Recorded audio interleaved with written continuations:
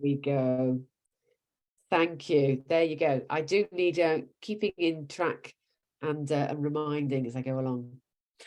So that's given us a bit of an idea as to what's on everybody's minds from a talent perspective at the moment. So I thought I'd just spend a couple of minutes here, just bringing us all kind of with a common understanding. When I talk about, talent or a talent system, what is it? What do I mean by that? Because it is quite almost kind of a bit of a nebulous concept. It's a little bit used in a number of different ways. But for me, talent or talent system, it's that whole concept of trying to, attract, hire, onboard, develop, and generally retain employees so they feel engaged and in essence then deliver great performance for us. But it's that entirety, it's that whole systematic approach. Because you can see on the screen here, there seems to be kind of like quite a broad skill set or quite a broad number of different competencies, going on in this term talent. But what makes talent different to just succession in isolation or learning and development in isolation is that we bring it together as a system. And why do we bring this together as a system? Well, the main output really is internal talent mobility. If we create this systematic approach where each element flows into and then builds on the previous element, then, collectively the system's more impactful than the individual components in isolation. And the result is, from my history and from my experience, I've experienced some pretty robust talent systems integrated into each other. But that has also brought with it, a sense to creating internal talent mobility, bringing the right person to the right place at the right time. That does make sense as to what the system is trying to achieve. But I've also found that a lot of them, there's little room for flexibility in the system, let alone being agile and being able to switch and change quickly. And the thing that we do know right now is that we live and work in a really volatile and changeable world.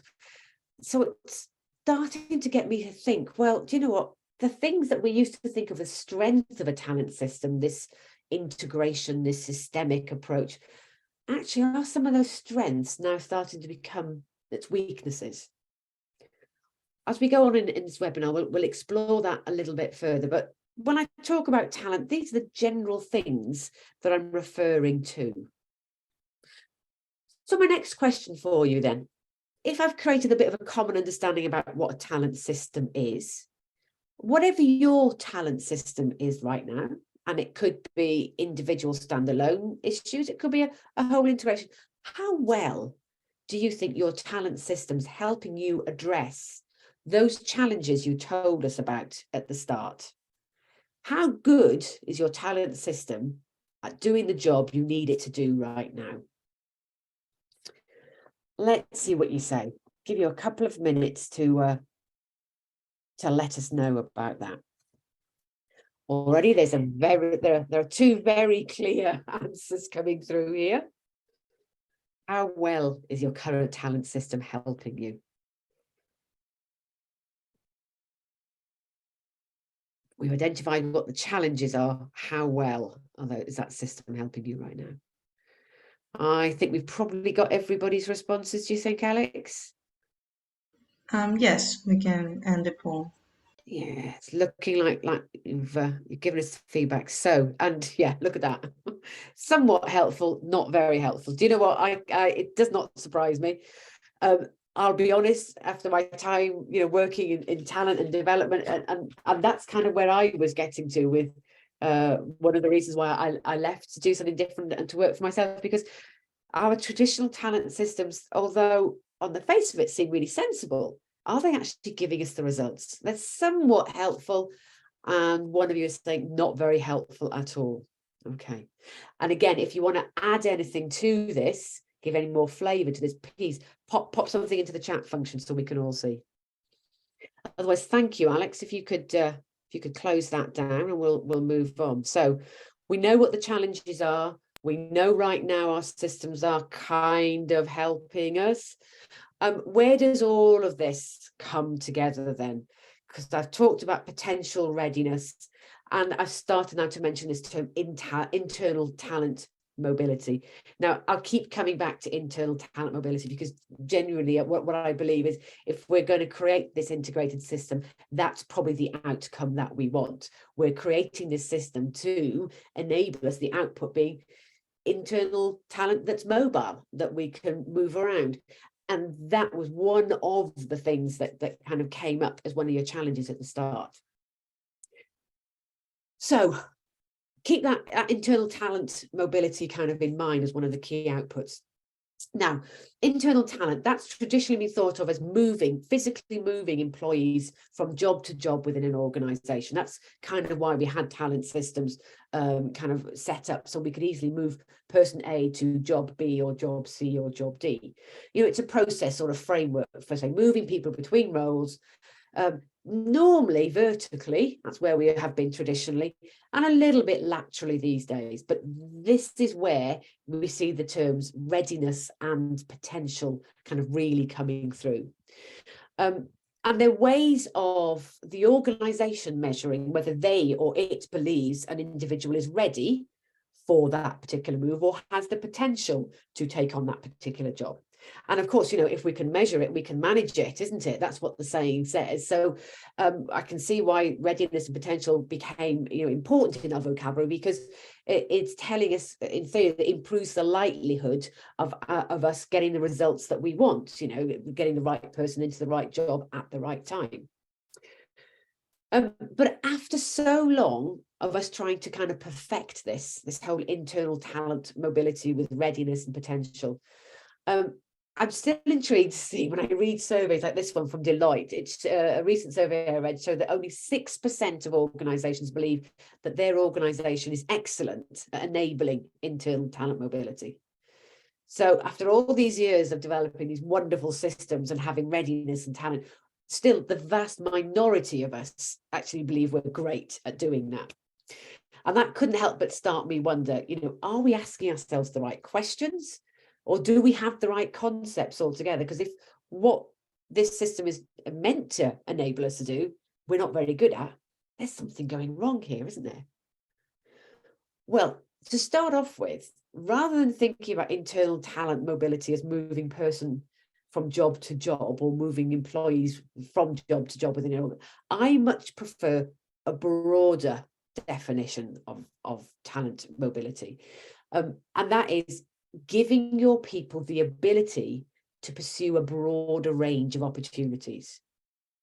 Now, that's maybe only slightly, but I also think significantly different to movement of employees from job to job. Giving your people the ability to pursue a broad range of opportunities. Because I genuinely believe that not only creates a more capable and engaged employee, but also a more resilient organization. And I think if we have a slightly different definition of internal talent mobility, that can lead us to quite a different system, and also help us look at potential and readiness in slightly different light. So before I go any further, though, two things I want to do by here. I would like to understand what your organization or your philosophy to internal talent mobility is. Now, when I thought about asking this question, God, that's such a big, broad question. How can I ask that and get some information back? I'm quite a fan of Josh Bersin, and I'll happily send you some links to some of where this model comes from in particular. So I've taken a model that Josh Bersin has developed to try to categorize different approaches to internal talent mobility. He's got 3 here, and I want you to think about which one best matches your organizations or your current philosophy to internal talent mobility. Do you buy into the planned model that's quite linear, based on career paths, where talent mobility is planned and managed by the organization through movement, through job movements, and is normally quite functional in nature? Or are you more of his approach, what he calls facilitated, which is more vertical, but also horizontal moves, that's facilitated but by the organization, but not planned and managed? And it's far more based on employee aspirations.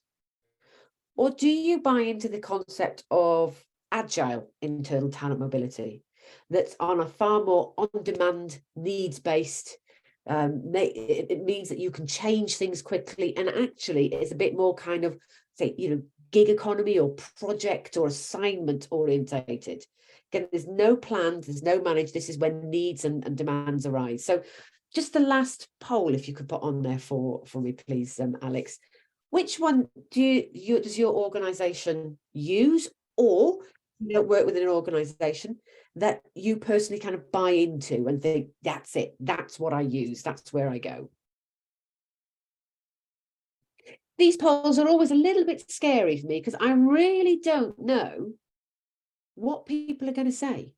And already, as I'm seeing some of the voting here, thinking, oh, this is really not what I thought. This is really not what I thought. So we've got most people going for a kind of a facilitated vertical and horizontal moves that's facilitated but not planned. It's based a lot more on employee aspirations. Okay, just last couple of seconds. I think most people have voted, who are going to vote have voted, yeah? And we're still in that pattern there. Yeah, go on, and Alex, if you could end that poll for me. Now, I am very surprised. I'll hold my hands in the air. I expected at least some people to vote for that planned, that linear career paths, which is the more traditional approach. So I am blown away here that we've got nobody voting for that. It would be great. Pop into the chat, though, if you do work, well, whether we work in an organization or work with clients. Have you answered this from a reality, the reality of your organization, or have you answered this from a what feels like a more sensible approach? I'd be really keen to understand there. So I'm going to close this poll off my screen there. So, oh, and it's just come back. Let me get rid of that one there. So we've got an idea there of what people's views and thoughts are. And John, the reality. So John, that sounds great. So you're either working for or working with an organization that, here's me slightly biased, I'm going to say has taken a step forward in the idea of talent mobility and moved away from planned, linear, quite systematic approach. And the same there with Camilla also. Oh, I've got a few coming through there. And Lucy and Jess, lots of reality. And I think Joy, I think I saw you say, oh, you encourage your clients to, yeah. So again, a bit more of a reality. It's not that you would like to move there. Right. Well, this is really, really good to hear. Now, as strange as it may seem, I am just going to, from here, just talk a little bit about this planned approach, because that's traditionally where we see the concepts of readiness and potential. And I'd be really interested to see how at all, pop it into the chat function. I think I asked this a bit later on as well, but how do you use readiness and potential then in your current systems? Do you use readiness and potential in your current systems? Because I would expect readiness and potential to crop up a lot in this planned approach, that's based around careers and jobs. But despite feeling we've built these great internal career paths, because we spent hours and years and days, this was my job at one point in organizations. I was hired to develop career paths. I always think it's really interesting. There's a study that I've seen recently that said 70% of employees don't know how to progress their careers, and more than half think it's difficult to find and apply for open jobs or openly apply for jobs internally. So organizations, we've spent so much time, energy and effort in developing these wonderful career paths and such, but still employees just don't feel the benefit from it. Yet more than 2/3 of the workforce wants to be considered for new opportunities in their organization. So people want to be considered, but they find it really hard to find ways of actually making that happen for themselves. And kind of we have said a bit earlier on, and I think Ella in particular said how difficult it was to attract and to find people, particularly with the salary levels that they're looking for. So we're in a really competitive hiring landscape at the moment. The economy is starting to slow down, and pressures to keep costs down starting to increase. And what makes the situation kind of more challenging is that I think, I know a lot of my clients are saying to me, this staffing budgets are staying either flat, or I've even got one that's saying they're having to try to decrease that despite the kind of cost of living crisis that we're in. But all of this means we've got less jobs being created. So less jobs are designed into career paths. And this might be why what you're seeing is a movement away from that. So I feel like today, internal talent mobility does need to be far less about careers and jobs and far more about skills, experiences, and capabilities. And a couple of reasons for that. I genuinely think people want to try to learn new things, learn, adjacent skills to the skills that they've got now, take assignments, get a chance to try work and work with different leaders or work in different places. Particularly the next generation that are coming through, that kind of flexibility and that kind of variety of work is really important to them. And the traditional careers and jobs framework doesn't lend itself to that. The more skills framework does lend itself to this. And then there was this term that I heard the other day, and I was going to struggle to get my teeth around this, pixelation. I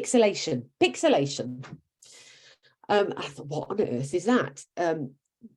Organizations embracing the model of the pixelated workforce, where jobs are kind of deconstructed into smaller projects or assignments or gigs or activities. So rather than describing jobs, we're now describing activities and functions. And when you move from careers to skills to these pixelation of work, suddenly everything appears more flexible. And suddenly it appears far more appealing to and easy to access for our employees. And suddenly we can start to see more potential people that could do those assignments or activities or projects, rather than looking for someone to fit from one job into another. So I'm pleased to see the results of the poll, where you're all saying you moved away from this planned approach. And it sounds like you're already on that journey. Which then leads us back to, okay, if things are changing, just how relevant are these concepts of potential and readiness? Which is the reason why we're kind of here today. If we're looking at internal talent mobility in a different way, are those things still relevant? Now, I don't know, has anybody come across this term here, quiet hiring? I do think it's a buzzword, because last year we had quiet quitting, and then we had quiet sacking, and now we've got quiet hiring. Do you know what? For me, it's just another way of talking about internal talent mobility. So rather than increasing headcount, you're finding people who've got particular skill sets and particular aspirations to fill particular not jobs but assignments or activities. It relates very much to this pixelated workforce. And apparently Gartner has recently listed this quiet hiring as one of the top workforce predictions for this year. So it's become a buzzword now, isn't it? But there's two types. Quiet hiring is focusing, what we're going to focus on here is about this internal quiet hiring. The other is external quiet hiring, which is really, I'm afraid, just another word for bringing in short-term contractors to do a particular job rather than hiring people. But examples of kind of like internal quiet hiring include moving to other positions temporarily, or taking on different projects or different assignments internally. Do you know what? This is just another example of how internal talent mobility is changing, and we need to change our thinking away from it being a job to a job, from a person to doing a different activity or a different assignment altogether. Because the other thing that's occurred to me over these past couple of, I suppose, years as well, is the idea of these perfect fit candidates, what I call the unicorns, unicorns don't exist. Perfect fit candidates, which may have made sense like a decade ago when business was a lot more predictable. It just doesn't exist now. But now that we need to be more agile and more flexible, our approach to internal talent mobility needs to be reimagined and changed as well. And I think that's one of the reasons why we're seeing these concepts like quiet hiring coming to a lot more attention these days. So what have we talked about so far? We've talked a little bit about what talent is. Where does internal talent mobility fit into that? It's a key output. How have we traditionally approached it? A planned way. We've seen that many of us are moving away from the planned way, and even now we've got some of these jargons and some of the quiet phenomenons are coming into more of a flexible approach. But where does that leave readiness and potential? Because if our thinking of internal talent mobility is changing, is this now still relevant? Is finding out if someone is ready and has the potential to do a job, is that still relevant? Because if we're not, we're looking less and less at jobs and more at skills or assignments, is this still relevant? And this is where I'd be keen to see if anyone has got some examples of how they use readiness and potential, if you do at all, in your talent systems right now. What I've put on the screen there is a quote that we probably are all quite familiar with. What gets measured gets managed. It was only a couple of days ago that I realized, though, that is not the full extent of the quote, because we've been told for a long time. Peter Drucker talked about what gets measured gets managed. He never did. He never said that. Somebody else has talked about this, but actually the whole sentence is what gets measured gets managed, even when it's pointless to measure and manage it, even if it harms the purpose of the organization to do so. And you can see where I'm starting to go with this then. Although we can measure readiness and we can measure potential, do we need to? Is it now actually of any help, given that we are moving and we have moved away from what was traditionally planned and linear career paths to something more flexible and more agile? I've popped the name of the paper down there, Dysfunctional Consequences of Performance Measures. That's where this concept originally started from. And apparently it was an academic called V.F. Ridgway. I don't know what the V&F stands for. I couldn't find that out. This is the paper that he published where he started to challenge the idea of just measuring what's quantifiably measured. And then Simon Colkin, a columnist, took that up and actually said this or created this sentence. He summarized the work that Ridgway did there. And basically this is to challenge our desire to measure everything. But you can kind of see where it's come from, isn't it? With modern day societies driven by data, and we think if we can measure something, then the likelihood of what we're doing to be successful is increased, because we're measuring it, we're managing it, we're trying to improve things in that way. So do pop in the chat function if you do. If you don't use readiness and potential in any way, please also let me know, because that would be really good to understand how this is actually working out in the real world right now. At this point as well, I'll just kind of say, a couple of people have sent some questions in to me who were not able to make the webinar. And I'm wondering, Alex, I know you've collected those questions. I hope we haven't got millions and millions of them. Is there a question that has been sent in that you could read out now, and I could have a go at answering that? I'm assuming it's going to relate something towards talent, readiness, and potential. Yes, I got a few of them. So the first one is, I've seen a few models for measuring potential. Korn Ferry, Gartner. What is the best one you've What's the best one? used? That's really direct, isn't it, to the point? What's the best one? Okay. So for me, I think I'm going to maybe a bit of a politician's answer there. I don't know if there is a best one. It all depends on what we're trying to achieve with our talent system.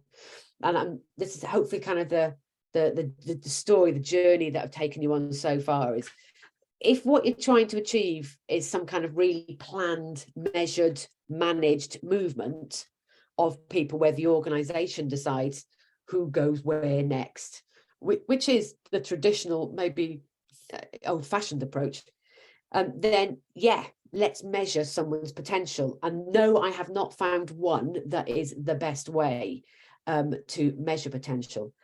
But seeing as the world is changing so much and we're moving away from this kind of planned, managed approach, I kind of shifted.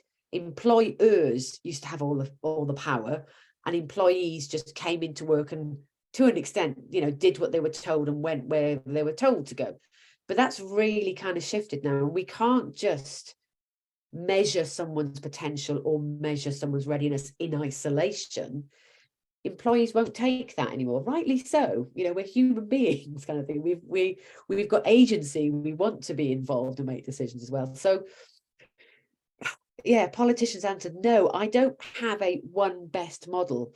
In fact, I'm hoping by the end of this webinar, I'll have left you with some thoughts around, well, do we actually need them in the first place? Is it of any help to us within our talent system in the first place? There, bit of a long-winded but politician's answer. That person that sent the question in, they can hear my response on the playback, and let's see what they think of that. But thank you, Alex. I'll pause a bit later on if there's any other questions, and we can maybe get them answered then. So where does that leave? Now let's get into this detail of readiness and potential within our internal talent system. Where does that now leave us? If we're shifting our thinking about what internal talent systems are all about, where does that leave us? From potential, first of all.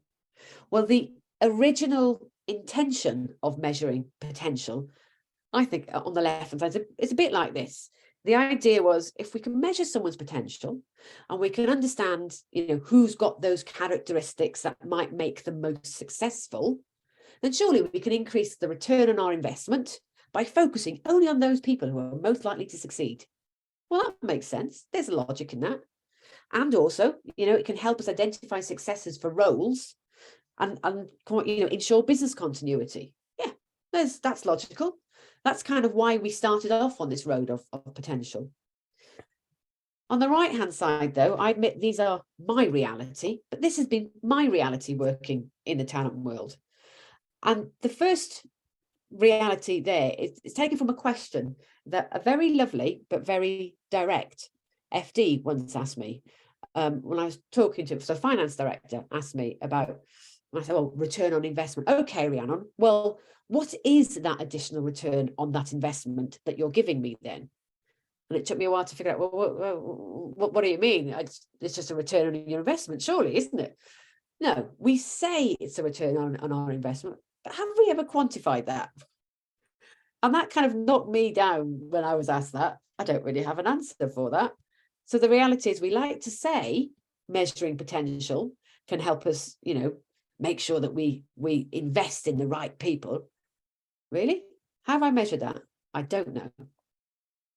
And then the next reality for me was, well, what is the success rate of my succession plans then? Because again, the intention is we're more likely to identify successors for these roles. Okay, how many people on my succession plan actually move into those roles? Yeah.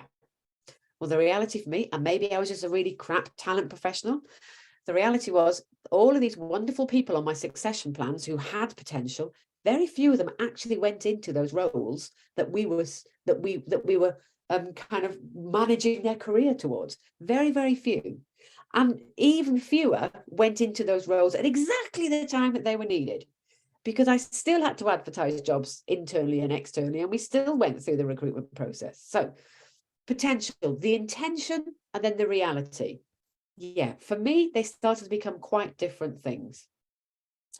And then when I dig a bit more into potential, well, what are the unintended consequences of having a concept of potential. And let's face it, the concept of potential is those people with high potential that we often call the hypos. We had hypo pools and hypo pots. Well, what's the consequence for the rest of the organization? It's really, really divisive.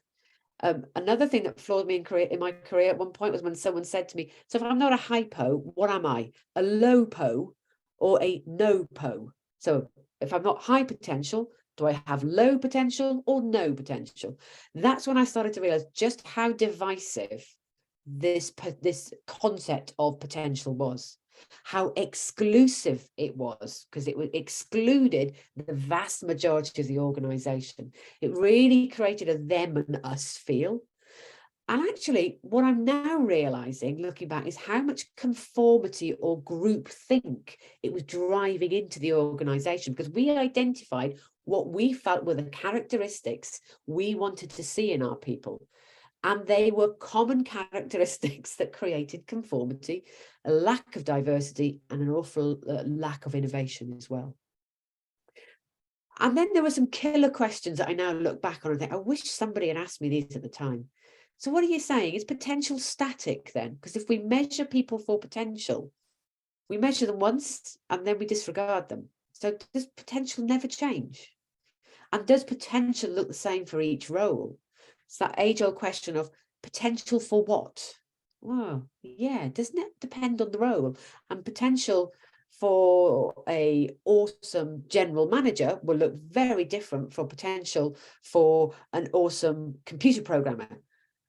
But who's more important than the other? And are we trying to find people with the same characteristics to do such different jobs? And how has potential now changed in this world that's, it's VUCA, about volatile, uncertain, and BANI now is the new phrase, where we're in a world that is brittle, anxious, non-linear. How surely the world that we live in now is so different. Are we measuring potential differently? And often we're not. And then last is, how objective are our methods for measuring potential? So many of those measurements were full of subjectivity and full of unconscious bias. So that's not leaving potential in a great place, really. What about readiness? So where does that leave us from a readiness perspective? Again, a similar thought. What was the intention for readiness? The intention was that it would provide a good bit of insight into whether that person is fully prepared now for that specific job. Because remember, in the olden days, we had planned career mobility. So we moved people from job to job. And then how quickly might that individual be made ready by using targeted development? That's the idea of readiness. How ready are they now, and how long will it take them to get them ready? Well, what we now know is not everything can be measured or quantified externally. Things like emotional readiness, mental readiness. And the more we learn in particular about neurodiversity and how ill-matched some of our readiness measures are for people who are neurodiverse. My daughter has ADHD and autism, and this is an area that I'm learning more and more about so much these days. And I start to look back and think how we used to measure someone's readiness. We didn't think about how emotionally ready were they or mentally ready were they. We did not think about that at all. It was very much our subjective thoughts and opinions. And people change at different speeds and different rates. Can we really put a time scale on this? And when I look back and think how we did measure readiness, again, it was best part, finger in the air. So in this new world that we're working in now, how relevant is this as a concept still? And again, what were the consequences of readiness? Well, we relied on assumptions so much. It either gave us a false sense of security or a false sense of risk. And very often the individual's view was not heard. It's full of subjectivity and unconscious bias. Then that leads me to some other, I wish someone had asked me these killer questions, similar to before. Is readiness static? Meaning, does that never change? And whose perception is this, mine or yours? Often it's the organization's or the manager's perception. And again, really, how objective are our methods for measuring readiness? And what does the individual think? So where am I going with these two concepts? I'm really starting to question now how valid and how useful are the concepts of potential and readiness, if what we're seeing and what you've said is that you already are moving away from this planned approach to internal career mobility and moving towards more of a facilitated or an agile approach. So do we need to care or worry about the concepts of readiness and potential? Is our world changed so much? Because I think both of these really depend on being able to determine the key role or roles against which people are being considered, the individual wanting the same thing as the organization, that we've got objective, not subjective measurement tools, and that there's no unexpected or rapid changes. And when I look at that, I think that absolutely is not the world of work that we are now living in right now. So here's my thinking. Readiness and potential, are they still valid? I question whether they are, given the nature of the world that we're now working in. I'm going to pause for a minute, just before we move into the last and the closing few minutes, and have a little look at what we've got in the chat. Sorry, I can see that we've got something in there. Oh, Joy, I'm not using measured readiness or potential in pure terms. Is there any, so Joy is saying they're not, is there anybody out there that is using readiness and potential? Joy, how do you feel if I would ask you to maybe come off mute just for a minute, because you say you're not using them in pure terms? How are you using readiness and potential then? Would you feel okay just to share that with the group? Yeah, I'm working with a client at the moment who have just been looking at, well, completely ripping up their previous performance management processes to move towards a more professional career development and performance process, which is quite big. So we're not looking at potential and readiness in a way that you can score it and measure it. It's become more conversational, more really good quality discussion based. So the reason I put it's not in a pure sense, it's all down to the skill of the manager to encourage that discussion about what people aspire to, how ready they feel, but not as a measurement tool. It's more of a discussion and capturing those key points from the discussion, and capturing it in that one. Does that help? Yeah, that makes total sense. And that's brilliant to hear, because suddenly what we're doing is we're hearing the employee's perspective, the employee's aspirations, rather than our traditional thinking of, we will measure you against this criterion and against this measurement tool. I love that thought. So, maybe then, is it even worth thinking about readiness and potential? Really, what I think I'm hearing you say there, Joy, is it's more around aspirational preferences, almost where they want their career preferences to go. And that's wonderful to hear that the concepts of readiness and potential, I'm going to go a little bit further here and kind of suggest that I think they are outdated in this world, in this new, more agile, more facilitated rather than planned and managed internal career mobility framework. That's a very long 3 words to pull together. Now, I'm going to move us along a little bit swiftly here now. We're coming towards the end. Again, I'd love to hear, so it doesn't sound like anybody else is using readiness or potential, which actually is quite a positive thing to kind of hear. So let me move on, because there's a couple of things I just want to finish off with here. What's right? Should we be thinking about readiness, potential? Now, this is the full Josh Bursin model. As I said at the start, I'm a little bit of a fan of him. To decide what is right for your organization and whether you should be using readiness or not, I would say all depends on your view of your talent system and your approach to internal talent movement. So at the start of the webinar, you all indicated that you were either edging towards or in the facilitated or the agile view of internal talent mobility. Potential and readiness sit really well if you adopt a planned approach. And although that's not my preferred approach, I don't want to leave by saying you should not do it. My suggestion is facilitated and agile are far more relevant in this world that we now work and we now live in. And if you're moving towards, or you're in facilitated and agile, my suggestion might be something, as Joy has just said that she does right now, is very loosely the terminology readiness and potential. That's something that's far more focused on employee aspiration and employee desire. And I wonder if in there as well, Joy, you're getting down to things like skills, capabilities, more granular level, rather than focusing on big jobs and big roles, which makes far less sense. So let me just move quickly right through to the end. And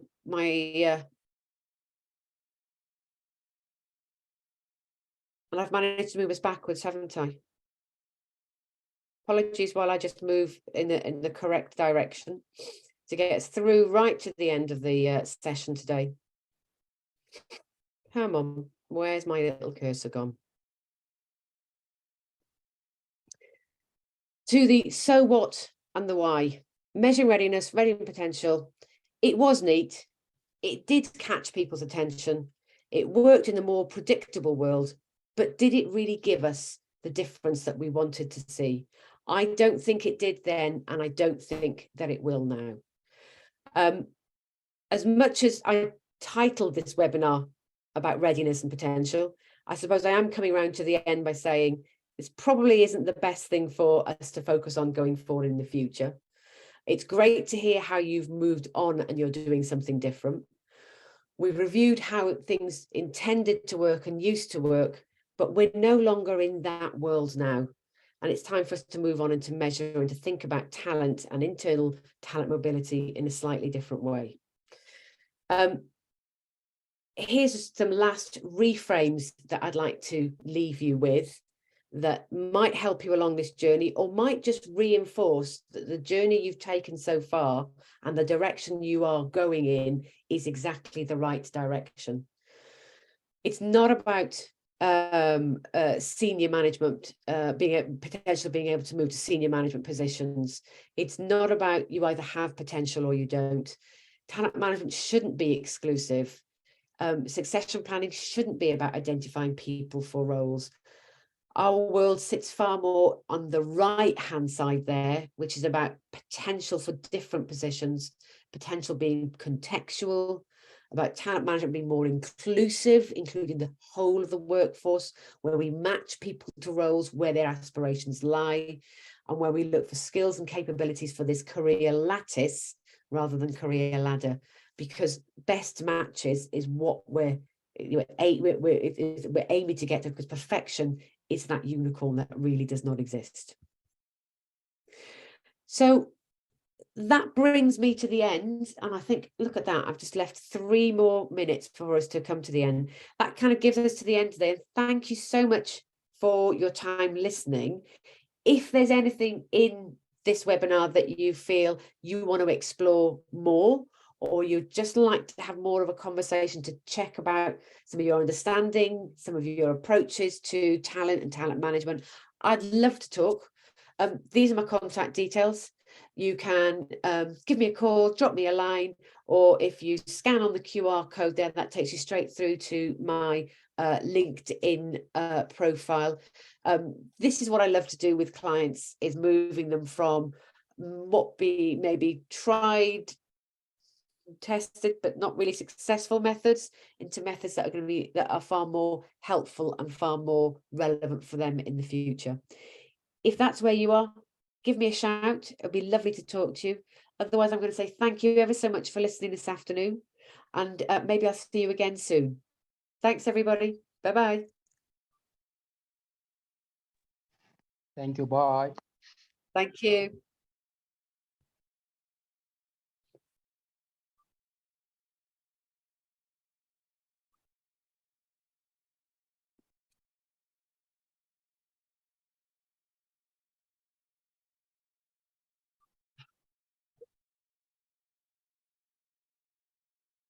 Oh. Gonna stop